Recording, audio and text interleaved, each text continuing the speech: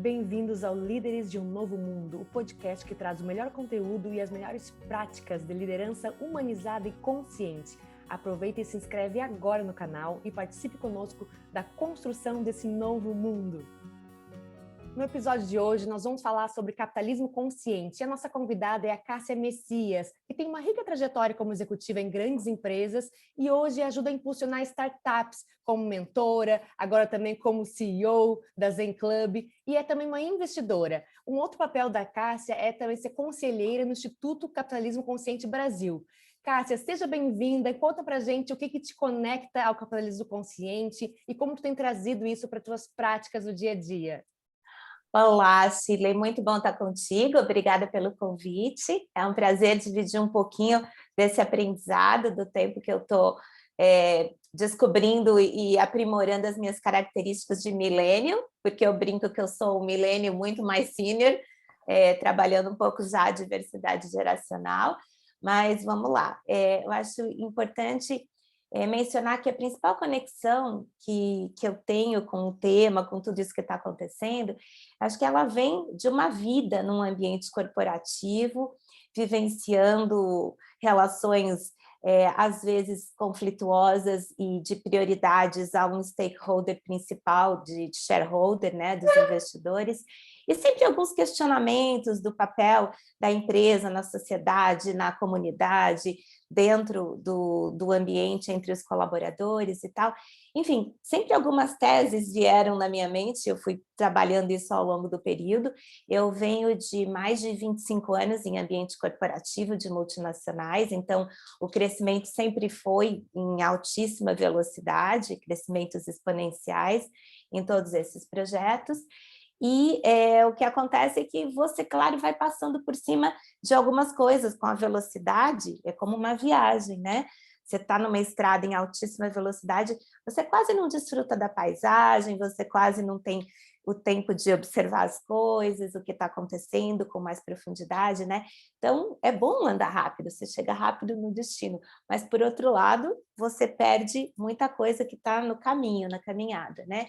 E essas coisas, com o passar do tempo, né, quando você vai ficando mais experiente na vida, você vai dizendo, poxa, o que a gente tem e leva são as relações com as pessoas, né, o que a gente está entregando de legado.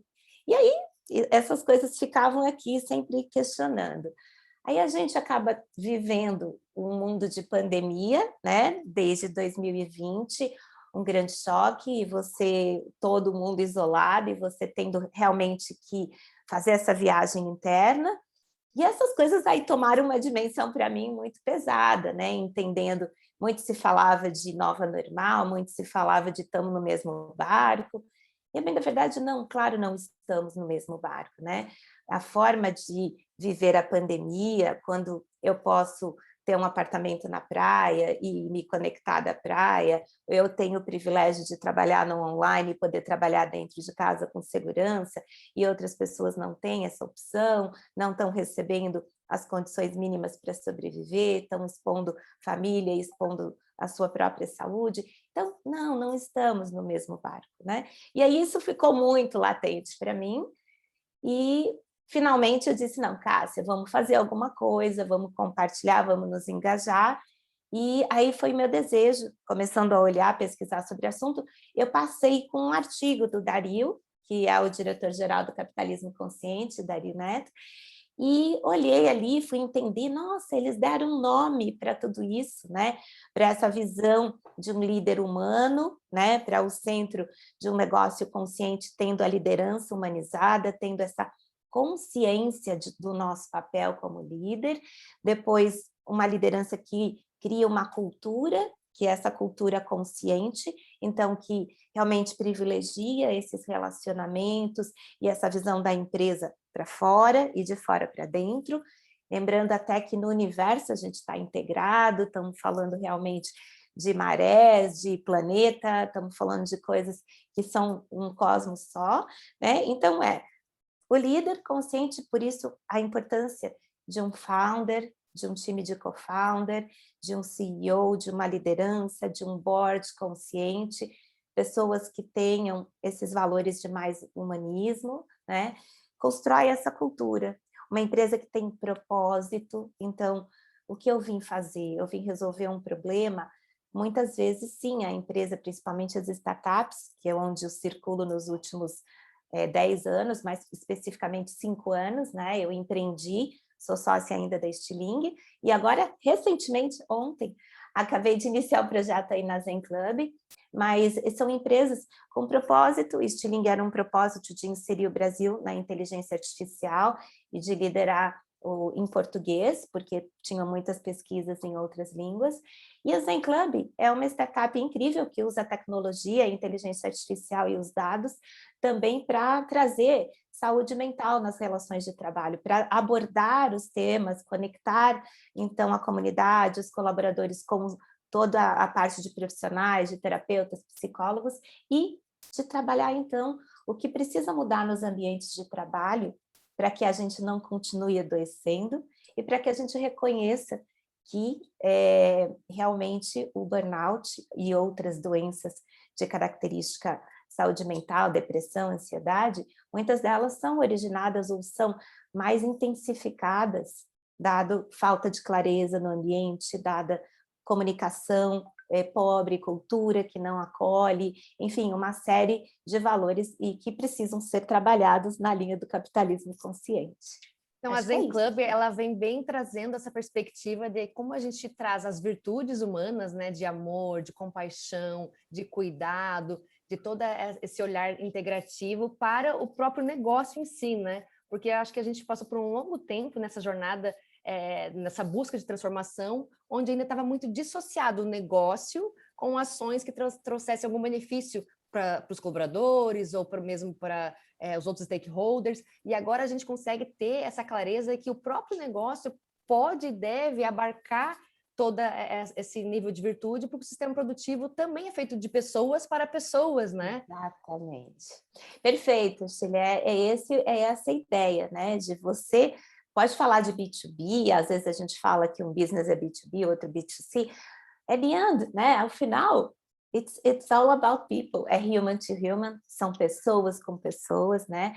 Então, acho que o propósito com o Zen Club e propósito de sociedade é uma startup de impacto muito forte na sociedade, então reconhecer essas pessoas e as relações que estão no trabalho, oferecer então uma tecnologia, disponibilizar uma tecnologia para que você não precisa se locomover para um atendimento, para que você tenha o mais próximo de real-time assistance, então no seu dedinho fingertips ali, você acessa um atendimento a qualquer momento, no real-time, você consegue conectar com coaches, você cria sua jornada, se você está com ansiedade, você vai para uma trilha, se você está passando por um tratamento maior, você faz uma outra trilha, e trazer esses dados que estão sendo coletados através da tecnologia, com toda a privacidade, e mais trazendo, então, que são insights, para que a organização trate o que é a causa raiz, né? Porque a gente não pode ficar só na aspirina. A gente até trata depois que chegou no somático, mas a gente precisa entender o ambiente que está adoecendo pessoas, o ambiente que está passando por cima de coisas que são extremamente importantes, num momento onde a gente está vivendo a digitalização da sociedade, né? Então, isso está super relacionado com o Digital Transformation, que a gente fala em business o tempo todo. Então, no Digital Transformation, as partes, a parte do trabalho funcional repetitivo, ele está sendo automatizado pela inteligência artificial. Então, os seus skills, muitas vezes, os chamados hard skills, podem estar sendo automatizados, mas as suas funções socioemocionais, as suas competências relacionadas a emoções, elas te diferem da máquina. Então, você vai precisar trabalhar, vai ter, então, um líder humanizado, um líder consciente que reconhece, estabelece novas relações, entende que não tem que privilegiar só o shareholder, só o investidor, mas tem que adicionar valor para o shareholder externo, para a comunidade, para o cliente, para o colaborador e remunerar o capital, é lógico. Mas eu, Cássia, acredito que a empresa ela só cresce, ela só prospera realmente numa ascendente de sucesso se ela estiver primeiro entregando valor nos stakeholders múltiplos. Depois ela ganha o direito de monetizar. E aí, é claro, a gente tem que gerar riqueza para investir mais e tudo mais. A gente não está falando de socialismo consciente, a gente está falando de capitalismo consciente, sim. E a crença, Shirley, é que o capitalismo, ele se mostrou um sistema interessante para a geração de riqueza, muito mais interessante, mas ele falhou na distribuição, né? Ele está falhando na distribuição porque está faltando esse olhar de diminuir a desigualdade, de incluir pessoas que realmente estão sem oportunidades. Então, se a gente der esses ajustes, que eu acho que a pandemia nos permite olhar com essa veia, eu acho que aqui a gente entra no que precisa para fazer a Agenda 2030 do World Economic Forum e tratar das 17 prioridades de Objetivos de Desenvolvimento Sustentáveis. É aqui que eu me dedico. Essa questão da pandemia nos trazer com mais força a se despertar, né? Realmente, porque essa visão, a própria desigualdade reflete uma visão muito dicotômica, né? Tipo, extremos, uns muito ricos, outros com muita deficiência. Exato. Mas essa dicotomia estava presente em nós mesmos, seres humanos, no sentido de a gente focar muito na ação, ação, ação, e muitas vezes não dá espaço para a questão das emoções, da percepção sensorial, né? Do sentir no aspecto mais amplo, e aí sim conectar o pensar, o sentir e o agir. Então, nessa perspectiva, até quando traz a questão das ODS, né, e no capitalismo consciente a gente tem essa visão também que a liderança consciente, a própria consciência é a ODS zero, é a base da qual nasce a nossa tomada de decisão assertiva, com uma visão de resultados perenes, né, que sejam realmente positivos no longo prazo. Como que tu vê, assim, dentro da empresa, tu à frente de uma organização agora, a gente trazer mais essa perspectiva de cada pessoa como inteira, um ser humano inteiro, que está ali naquele momento agindo em função do trabalho, mas que é muito mais do que isso, né? Boa. Eu acho que essa tese, eu já começo pela área de RH, né? Então eu digo, eu não acredito, não é a batalha do nome de recursos humanos em si, mas de verdade, para que a gente olhe o humano holisticamente, como deve ser olhado, com todo o seu potencial criativo, se a gente entender o que essa sociedade digitalizada, em que papel ela traz o homem, diferenciando dos robôs e da máquina, você realmente não olha como recurso humano e recurso material. Você olha que a tecnologia é o executor, então é o recurso, e o humano é quem realmente produz rico, ele é criativo, o humano é o que cria, né? Então, a cultura que você usa para a criação, como você trata um cérebro criativo, é muito diferente. Na era do conhecimento, você trata como pessoas. Então, para mim, o primeiro ponto eu não tinha na Stiling área de recursos humanos, eu tinha departamento pessoal que cuidava junto com o CFO das áreas financeiras, e no Zen Club, eu vejo nós também não olhamos a área como recursos humanos, você olha como people, é a área de pessoas, né? Então, como que você desenvolve, trabalha culturas, elementos de cultura, elementos de sucesso, então é uma jornada de sucesso desse colaborador, é a jornada de como você o desenvolve, então é muito na linha de treinamento e desenvolvimento, é muito na linha de autoconhecimento, é muito na linha de coachings, é muito na linha de o que você precisa para fazer a sua parte e me dar a contribuição conjunta para que juntos, empresa e pessoas, a gente faça esse impacto na sociedade. Eu acredito nesse modelo. Eu acho que é aqui que a gente tem que construir para esse salto que a gente tem que dar na Agenda 2030, Sheila.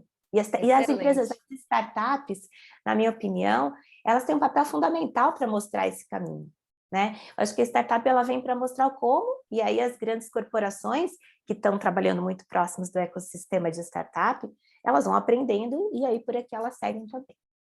É tão rica essa troca, né? Aqueles que já têm, digamos, uma história construída, que têm lá as suas lacunas, as suas necessidades de transformação, mas também tem algo para ensinar para aqueles que estão iniciando novos negócios e toda essa energia criativa numa nova percepção que vem das startups, que oxigena a prática das grandes empresas, né? E essa riqueza, sempre que tem a mesma questão de troca acontece nas gerações, né, nas diferentes gerações, quando existe essa abertura, essa vontade genuína de aprender um com o outro, e na questão também quando a gente fala da diversidade cognitiva, né, trazendo cada pessoa, trazendo suas referências, sua história, e a gente trazer essa percepção mais ampla. Então, como é que tu vê essa questão também, Cássia, da inclusão a partir de um panorama mais central, que não seja por gênero, por características específicas, sim, esse respeito ao ser humano integral que inclui e acolhe o diferente como um enriquecedor.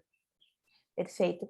Acho que esse é o ponto, né? A agenda de diversidade e inclusão que a gente vê hoje. Eu recentemente até fiz um post sobre isso no LinkedIn. A agenda está muito ainda focada em atender uma métrica de scorecard de diversidade, né? Então você diz, bom, eu contrato eventualmente X% de liderança feminina, então checo ali, né? Essa aqui foi feita. E daí agora a gente está falando de diversidade racial, então vamos procurar contratar vagas exclusivas para negros, aí eu vou lá e tico também. Não, porque sabe o que está acontecendo? A gente não está tratando esse ponto inicial que eu estava dizendo, que estão chegando pessoas com vivências novas, que trazem, muitas vezes, traumas diferentes, viveram histórias de uma restrição, foram excluídas por uma vida, muitas gerações passaram por histórias muito difíceis. Daí você coloca no ambiente de trabalho sem nenhum cuidado de mudança da cultura, de diálogos abertos, de uma liderança que tem conversas corajosas, de eventualmente reforçar o treinamento dessas pessoas que estão chegando e do time que vai fazer essa interação também. E aí é um caos, porque você deixa a pessoa muito infeliz, os outros, os times acabam de alguma maneira expurgando por outras formas, e a gente não está endereçando o problema, que é esse, integralmente, se eu quero ser bem-sucedido e entregar valor para a sociedade, dentro do meu microcosmo de empresa, eu preciso refletir a diversidade que está aqui fora no mundo. E não é fechando vidros de carro blindado que a gente vai conseguir conviver assim. Ao contrário, é sem vidro blindado, é respirando e entendendo que é uma coisa só. Não é isso, a pandemia, as pessoas acabaram muito sendo contaminadas porque os funcionários de casa estão no transporte público. Então, não adianta você dizer, não sou eu que estou no transporte público, eu estou no meu carro blindado e está tudo bem. Não, porque você está respirando o mesmo ar. Então, acho que o exercício é de consciência, né? De que quando eu inspiro e expiro, você expira e inspira. E a gente está no mesmo cosmos, né? Então, não dá mais. Eu acho que o chamado do planeta é que realmente essa geração abre os olhos e viva com essa consciência. Então, diversidade e inclusão é extremamente importante. Para quê? Para que reflita o cosmos dentro da empresa. E que para você entender o que tem que abrir, que janelas estão fechadas dentro da sua empresa, que não estão permitindo o sol entrar. Você está aqui vivendo um mundo que não é o mundo do seu cliente. Não vai ter mais para quem vendeu o produto. Uma hora não tem mais, porque a gente está diminuindo tanto o poder de compra, a gente está criando uma distância muito grande, e aí vai ficar difícil crescer, vai ser impossível crescer. Essa clareza, né, de que estamos todos interligados, conectados, e que não existe essa separação, é uma ilusão, né? E quando a gente entende que estando todo mundo no mesmo contexto, convivendo e fazendo parte de um todo maior, aí a gente vê que é mais profundo essa questão de acolher a si mesmo como um todo e o outro com todo um conjunto, uma bagagem que envolve vários fatores.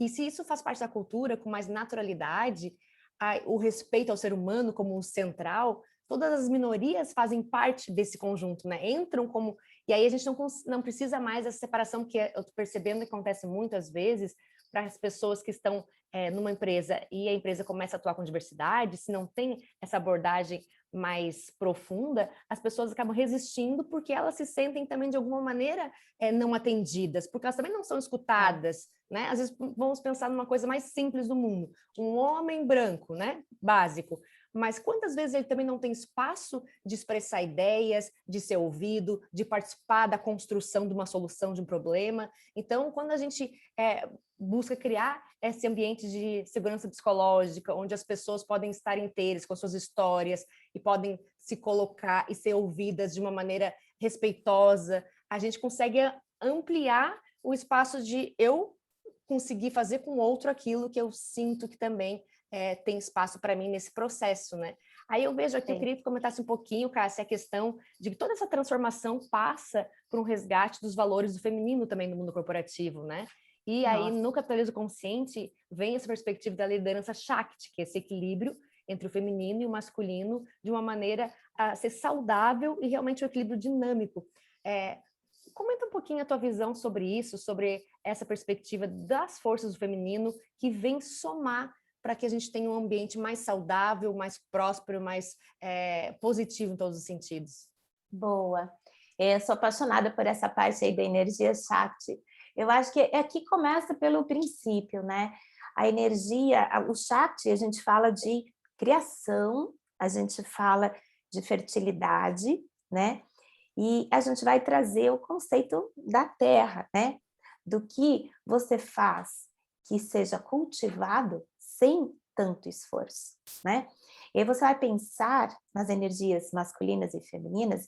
Eu gosto, você pode falar, a gente pode ficar 1 hora falando disso, mas eu gosto de relembrar do princípio básico, né?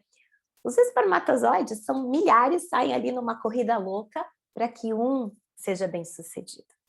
Então, dessa cabeça mais de restrição, de competição, que é a testosterona, que é o cérebro naturalmente masculino, é uma cabeça muito competitiva, que foi extremamente importante para o mundo, para a gente fazer tudo o que precisava até agora, mas que sempre tinha essa cabeça, só um vai chegar, só um vai vencer, porque isso está no interno do seu aparelho reprodutor, nas suas entranhas, né? E aí, se você pega do outro lado, o óvulo e a reprodução feminina. Não, eu estou aqui tranquilo, parado, magnetizando no meu ciclo, e alguém vai, e um espermatozoide, alguma coisa vai acontecer pelo magnetismo. Então, existe uma energia de serenidade, uma energia de compartilhamento nesse magnetismo, está assim, está tudo bem, eu estou aqui, está fazendo a minha parte e eu vou reproduzir. Né? Essa energia, talvez, de você também como mãe, você vai voltar lá atrás nas histórias, né? O pai, ele escolhe o filho mais forte para sair para casa e o outro fica em casa. Se tiver 3, 2 ficam, vai um melhor correr com ele. Então, de novo, é sempre uma tendência a fazer uma escolha mais restritiva e deixar o outro. A mãe não, ela vai dar um jeito de carregar um no colo, um no ombro, um nas costas e vão todos. Entendeu? Então, eu acho que esse balanço que, de uma maneira, o ambiente corporativo e a área de negócios, a economia como um todo, precisa mais. Então, eu digo, poxa, às vezes alguns amigos dizem, eu quero ajudar, o que eu faço? Eu falei, ajuda uma mulher. Assim, mas você está puxando essa dinheiro para você. Eu digo, não, é porque com ela tem sempre muita gente, muita família, muita história.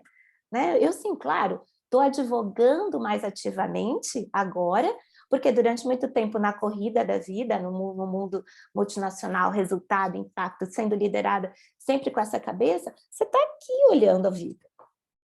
Então, você não enxergou. O dia que realmente eu fiz a minha saída do estilingue, entendi tudo o que estava acontecendo, parei para pensar, eu olhei e falei, não, agora vamos ativamente construir uma realidade diferente, né? Então, assim, a minha bandeira, que até em alguns posts ou no meu dia a dia do trabalho, ela não é a liderança feminina porque eu estou queimando o sutiã. Não, a gente tem que ter sororidade, sim. Mas é porque é um chamado para o mundo. É um chamado importante para todos. Essa é a grande questão. Não é que as mulheres estão precisando ser reconhecidas. O mundo é que está precisando das mulheres. Está precisando da energia do feminino, inclusive para ajudar os homens a desenvolverem isso. Que está sendo necessário, né? Ninguém aguenta aquela exaustão. A gente precisa dessa leveza, da flexibilidade, da nutrição, do afeto, né, do acolhimento. Total. Então, eu vejo assim, quando a gente entende que esse espaço para a mulher é porque é necessário para o todo, e aí também mais uma dimensão que é característica do feminino, né? Esse olhar para o coletivo. E a gente, quanto mais a gente consegue ter essa percepção do coletivo, mais a gente consegue evoluir de uma maneira mais consistente, mais saudável, mais fluida, né? Total. É isso, você pensa, realmente o olhar o homem precisa, o homem que é a grande maioria na liderança, principalmente do mundo dos negócios, da política, ele precisa da referência dessa mulher. Então, para quê? Porque ele precisa de um novo modelo. Porque muitos deles, eles também vão conseguir equilibrar essa energia, só que o que ele não tem é a referência. Por isso que a gente precisa fazer um esforço no topo dessas pirâmides para que haja essa referência. Porque o homem inteligente e consciente, ele abre a sua cabeça e ele vê, é por aqui, ele vai com alguém. Mas cadê essa referência? Porque durante muito tempo, algumas poucas mulheres que subiram imitando a referência masculina. Sim, na energia masculina. Subiram deixando de lado muito do seu lado feminino, e aí eu mesma, eu vim para o mundo corporativo numa época que se dizia, não, aqui você deixa a emoção de lado, aqui você fala só de business. Não, eu não sou máquina, quem é máquina é o computador, o robô, eu sou humana, eu não vou fazer absolutamente nada sem emoção. Só que o que eu preciso é saber gerenciar as minhas emoções. Por isso que eu adoro o propósito do Zen Club. O que eu preciso eu preciso de ajuda para me conhecer, para saber quem é essa pessoa, sem essas travas, que se eu não gerenciar direito, as minhas emoções me aprisionam. Então, eu preciso soltar as emoções. Ou gerenciar, como a gente gerencia tudo. Então, eu acho que é aqui que nós estamos, aprendendo, engatinhando. Acho que tem uma estrada gigante pela frente, mas eu sou muito otimista desse mundo que a gente está construindo e dessa transformação, e por isso estou aqui contigo, para que a gente chame outras mulheres aqui, para a gente fazer esse trabalho juntas e que a gente possa sensibilizá-las, né, do que precisa, da urgência do tema, e estamos juntas. É isso. Essa complementariedade, né, essa união que faz a diferença da transformação do mundo que a gente quer construir, né? Então, para finalizar, deixar essa mensagem para aqueles líderes, para as líderes que estão nos ouvindo, nessa construção do novo mundo, o que tu diria, assim, em uma coisa que tu veja como essencial para a gente não esquecer e a gente levar no nosso cotidiano a cada momento para essa construção ser do mundo que a gente realmente deseja lá no âmago do nosso ser? Acho que é a consciência, assim, a gente fala, pensa antes de agir, né? Mas isso parece muito fácil, mas eu acho que se você tiver a consciência de alternar os estados de muito rápido e muito lento, que são as pausas, tá tudo bem em andar muito rápido. Eu estou num ambiente que vai crescer 5, 7, 10, a Stiling cresceu 10 vezes nos anos que eu estive junto como CEO. As coisas vão andar rápido, mas eu preciso reconhecer a alternância das pausas para me permitir tomar as decisões corretas. Sem pausa, só funciona a máquina, né? Sem respirar, é isso que eu queria deixar. Só pausa, respirar e vamos embora. Maravilhoso. Daí a gente equilibra ação e contemplação, né? E a respiração. Boa, ação e contemplação, é isso. Maravilhoso para nos trazer para o nosso centro. Obrigada, Cássia. Obrigada a você pelo convite. E estamos juntas e eu espero vê-lo mais vezes. Experimenta o Zen Club e depois me conta. Com certeza. E vamos compartilhar, né, essa consciência, difundindo, fazendo parte dessa construção do novo mundo que nós merecemos. Você acaba de ouvir um episódio do Líderes de um Novo Mundo. Participe conosco, transformando a consciência das lideranças para juntos construirmos um mundo melhor para todos.